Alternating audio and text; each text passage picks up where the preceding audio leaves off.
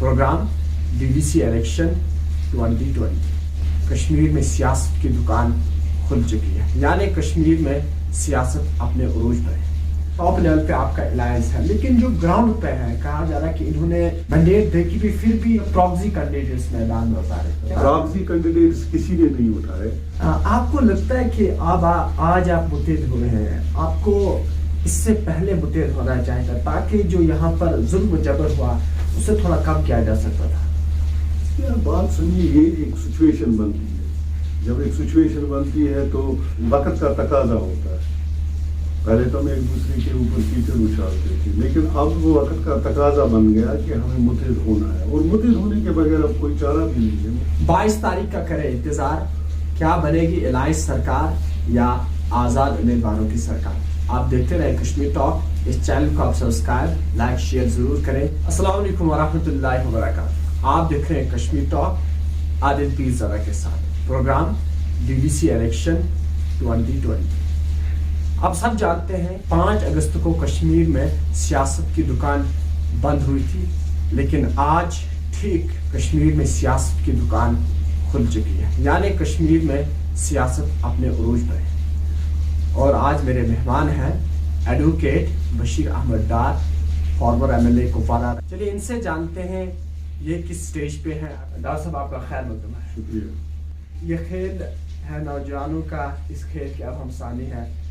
यानी अगर इस इलेक्शन को हम देखें कि एक साइड गुपकार है, जिसे कई सारे लोग गदकार भी कहते हैं, तरह तरह के नामों से। दूसरी तरफ से अगर देखें इंडिपेंडेंट के कैंडिडेट्स हैं, नौजवान इस मैदान में हैं। किस तरीके से आप इस इलेक्शन को देखें? क्या ये आपके लिए एक चैलेंज है?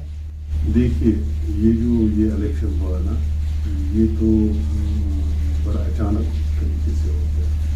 इसका कोई कंसेप्ट ही यहाँ पर नहीं था इस इलेक्शन का। हालांकि ये थर्ड टायर सिस्टम है इस पंचायत राज में, है तो ज़रूरी, लेकिन जिस तरह से सेंट्रल गवर्नमेंट ने इस इलेक्शन का ऐलान कर दिया रातों रात, जैसे उन्होंने 370-35 को रातों रात उड़ा के ले लिया, इसी तरह से उन्होंने ये इलेक्शन भी किया था। पता नहीं उनकी नीयत क्या थी, उनका गर्ज क्या था। मैं मुबारकबाद देता हूँ यहाँ की सारी क़यादत को, जो मुख्तलिफ पार्टियों से ये उन्होंने फिलफोर एक फ़ैसला ले लिया जिसको हम गुपकार अलायंस कहते हैं, और उन्होंने मुतहद होने की बहुत हद तक कोशिश की। तो ग्राउंड लेवल पर उसके क्या असरात निकले वो भी आपके सामने है, लेकिन मैं कहूँगा कि फिलवक्त ये जो एतिहाद रहा ये कामयाब रहा, और एतिहाद वक्त की ज़रूरत थी। कश्मीरियों को आज नहीं तो कल मुतहद होना ही पड़ेगा। जो फोर्सेस हमारे खिलाफ काम कर रहे हैं, हमारे हुकूक पर शरकून मार रहे हैं, उसके लिए कश्मीरियों के बगैर कोई चारा नहीं है मुतहद होने का। बाकी रहे नौजवान, जो लोग यहाँ पर आ गए, आप कहते हैं कि नौजवान भी आ गए, उनका हक बनता है सियासत में आने का, तो उनको कोई रोक नहीं सकता है। लेकिन जो मैंने देखा डिस्ट्रिक्ट कुपवारा में जो इलेक्शन हुए, यहाँ तो एक किस्म की सैचुरेशन हो, भरमार हुई कैंडिडेट्स। इसके पीछे क्या मकसद था, किसका क्या मकसद था, कौन किसके इशारे पर उठा था इस इत्तेहाद को तोड़ करने के लिए?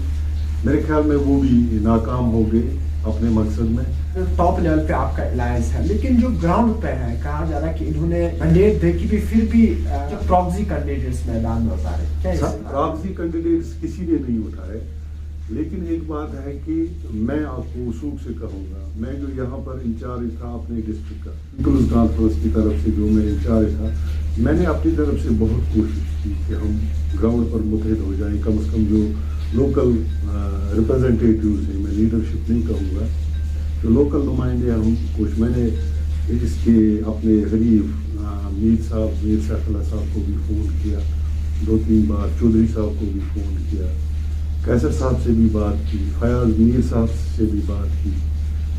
किस हद तक उन्होंने कॉपरेट किया, लेकिन मैं वसूख से कहूँगा फयाज साहब ने कॉपरेट किया जिस हद तक उसकी कैपेसिटी थी। आपको लगता है कि अब आज आप मुतहद हुए हैं, आपको इससे पहले मुतहद होना चाहिए था ताकि जो यहाँ पर जुल्म जबर हुआ उसे थोड़ा कम किया जा सकता था?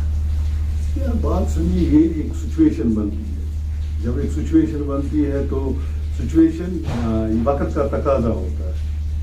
पहले तो हम एक दूसरे के ऊपर कीचड़ उछालते थे, लेकिन अब वो वक्त का तकाजा बन गया कि हमें मुत्तहिद होना है, और मुत्तहिद होने के बगैर अब कोई चारा भी नहीं है। मुत्तहिद होना है पड़ेगा आइंदा भी, क्योंकि जिस तरीके से, जिस नीयत से जम्मू कश्मीर में बीजेपी कोशिश कर रही है अपनी जगह पाने की, अपना मुकाम पाने की, और उनके क्या अज़ाइम हैं वो दुनिया को पता है, वो चाहते क्या है।